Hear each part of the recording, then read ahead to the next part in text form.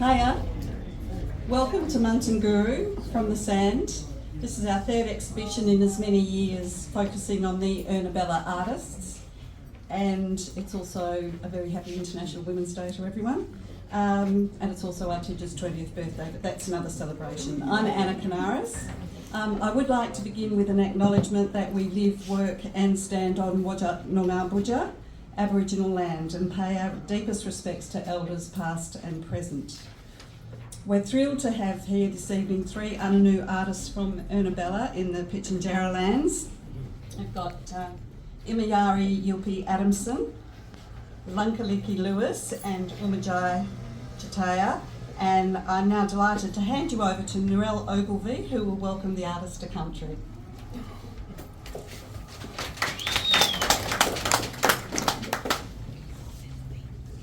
Kaya Kun. Nyan Wajak Boodja, Baladong York, Wonju Nur Nija Nin Boodja. I'm a Noongar Wajak Baladong elder from Fremantle, Waliela. I welcome you here on Wajak Noongar Boodja. Kini Boodja Morit Wirin. Country is inherent to our identity. It sustains our lives in every aspect, spirituality, emotionally, socially, physically and culturally. Nijamaya Nunu. It's more than just a place when we talk of country. It is spoken of like a person. Bujamort Kadajin, Wankajin, Kura, Kurt, Kurt, Wija, Jida, Kuda. Country is family, law, ceremony, tradition and language. For Aboriginal and Torres Strait Islander peoples, it has been this way since the dawn of time. Wankaning, Kura, Buja, Warrigan, Null. Through our languages and song, we speak to the country through ceremonies and traditions. We sing to celebrate country, and country speaks to us. And I'd like to welcome the artists to Noongar Wajak Boodja this evening, and you all, and have a nice International Women's Day evening, and I hope you buy up a few art paintings here tonight. Good one. Thank you, Narelle. I think, can I say it was your first welcome to country? So we're delighted to be the first place that you did welcome to country. Yes. We look forward to more in the future. So thank you. Just a few words. Ernabella is quite the distance, so it's even more special that the artists have made the long journey from their country, which is 270 kilometres southeast of Uluru. They came via Darwin, via Alice Springs and Darwin, to be here for the exhibition, so of course we're extremely grateful. Last year, I, along with my curatorial assistant, Julie Warren, made the trip to Ernabella, and it was quite a profound experience. It's one thing to present these beautiful works in the best and informed manner possible, but a visit and a stay in the community adds a much greater dimension. And to my best ability, when the artists aren't here, I can pass on my experience when presenting the art to you from that experience. But tonight's not about me, it's about the incredibly talented artists from Pukaja, Ernabella, who are here this evening with Art Centre Manager Rowena with us. And I'm delighted to hand over the microphone to Rowena, Imayari, Lunkaliki and Umaji for whoever wants to talk, but Rowena. Thank you. Thanks, Anna. And can I start by saying thank you very much, Narelle. That was a beautiful welcome to country, especially seeing it was the first time. It was gorgeous. Lovely to hear you speaking your language. Thank you very much. We appreciate it. So, as Anna said, my name's Rowena. I'm originally from Perth, but for the last 3 years I've been fortunate enough to be the manager of Ernabella Arts. And I'm here this evening with three artists, as Anna said, here with Imayari, Lunkaliki and Umaji.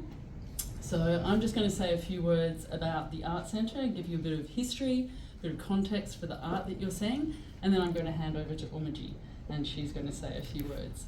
So, as Anna said, Ernabella is kind of smack bang in the middle of the country. We're about 2 hours due south of Uluru.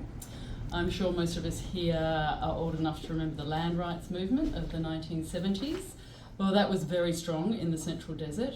And in 1980, the South Australian government handed back 100,000 square kilometres of land way up in the kind of northwest of the state, where it butts up with the NT and the SA borders.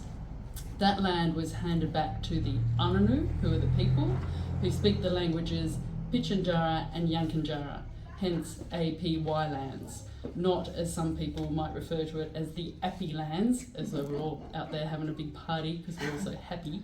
So that's where the APY lands are, and that's who they represent. There's about 3,500 people living across the lands in 7 communities and a number of outstations and homelands. Ernabella is the biggest community, and there are about 600 people living there. So Ernabella was the first place that was settled on the lands. There was a sheep station there called Ernabella, that's how it got its name, although Anangu refer to the place as Pukaja. So Pukaja, Ernabella, they're kind of interchangeable. So in the 1940s, the head surgeon at the Royal Adelaide Hospital was also a missionary who revelled in the name of Charles Dogood. I'm not kidding. So Reverend or Dr. Dogood travelled up to the NT, and he saw firsthand the ongoing effects of colonisation on the Indigenous people, particularly the women and children who were living on the fringes of town camps. He then travelled out to the Musgrave Ranges, which is where Ernabella is, and he saw again the encroachment of white people coming onto Anangu land. And this was primarily in the form of doggers, who were a pretty rough and ready lot. They were the dingo hunters. So they were interacting with the Anangu, buying and selling and trading scalps. So Dogood decided to do good, and he established a mission at Ernabella. Now, I know missionaries don't really get a good rap all the time for their engagement with Indigenous people, but Dogood was in fact quite different. The first 3 points of his charter were that, number one, the local Indigenous language, culture, customs, traditions should be preserved and encouraged. Secondly, that Western whitefella ways, culture, tradition, language should not be imposed on the Indigenous people.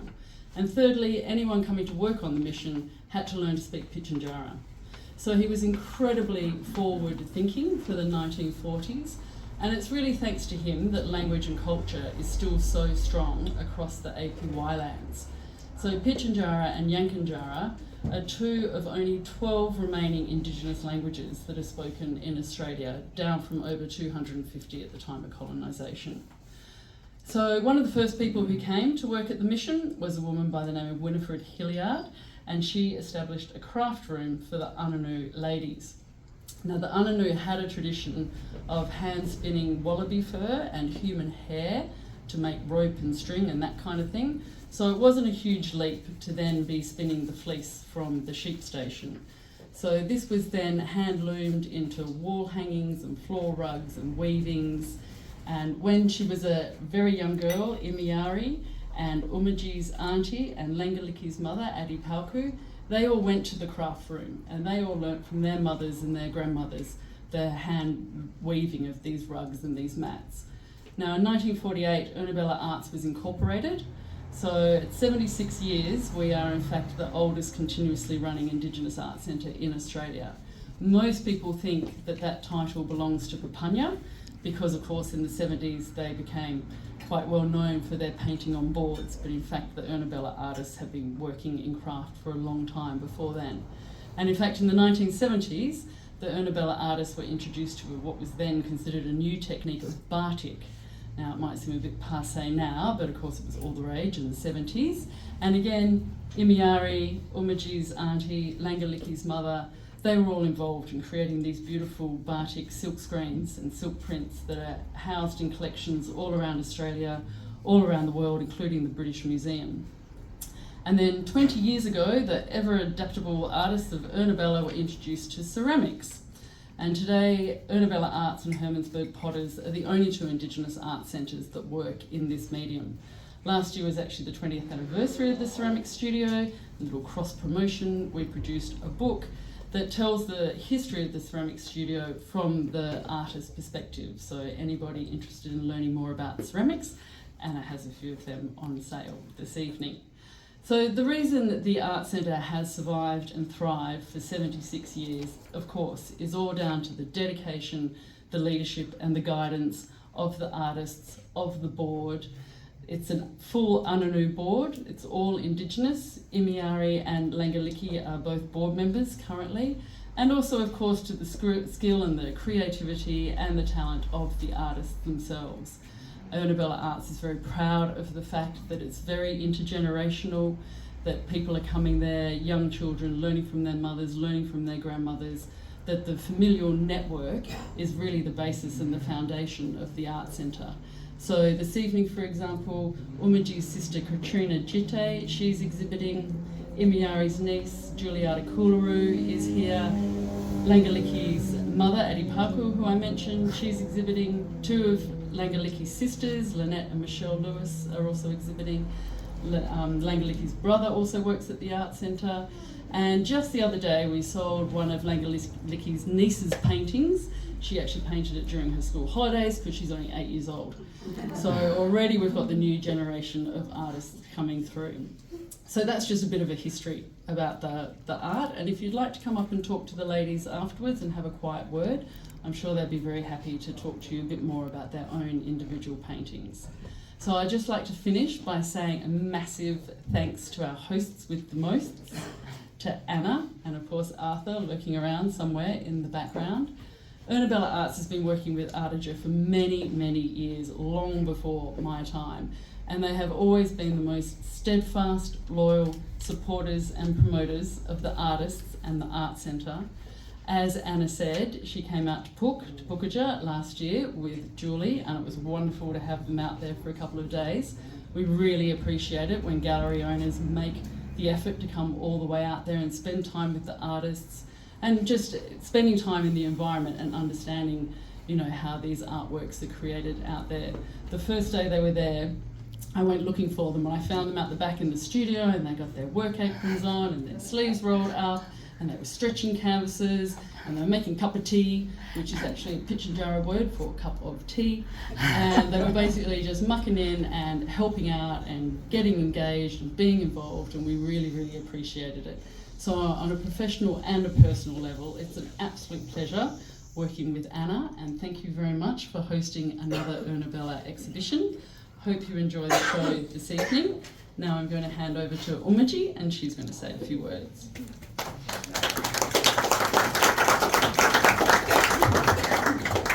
Hello.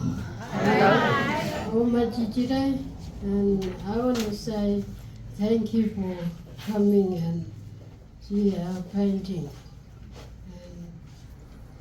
And this is our first trip to Perth here. Langaliki and Imiara and me, we are first trip to came here. And I want to say thank you to Hannah and everybody coming in. Bye, thank you.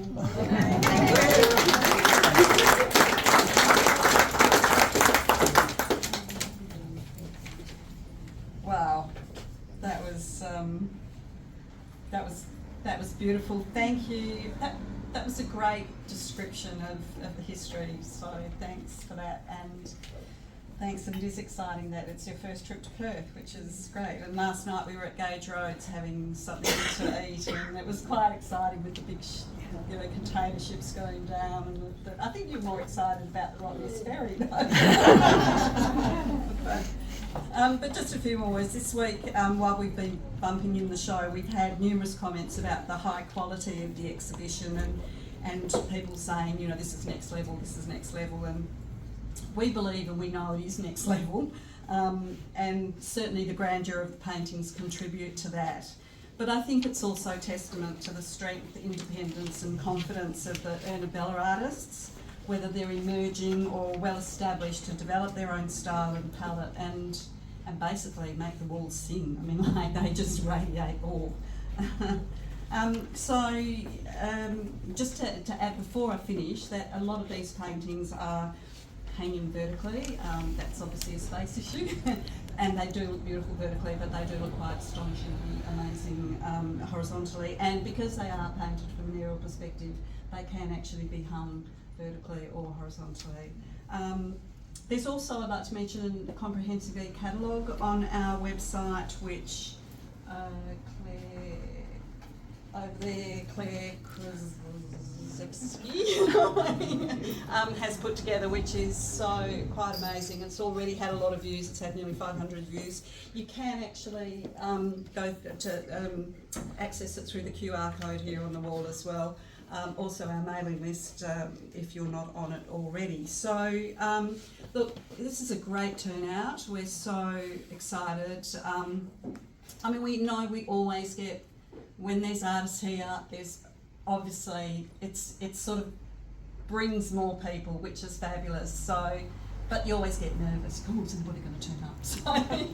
So thank you so much. And I'm sure, you know, sort of as we've said, just the sensational artwork of these very talented artists, and also we're just really lucky to have the opportunity to actually meet you, to go out to community, which I know not many people do have that opportunity. So yeah, it's a great honour.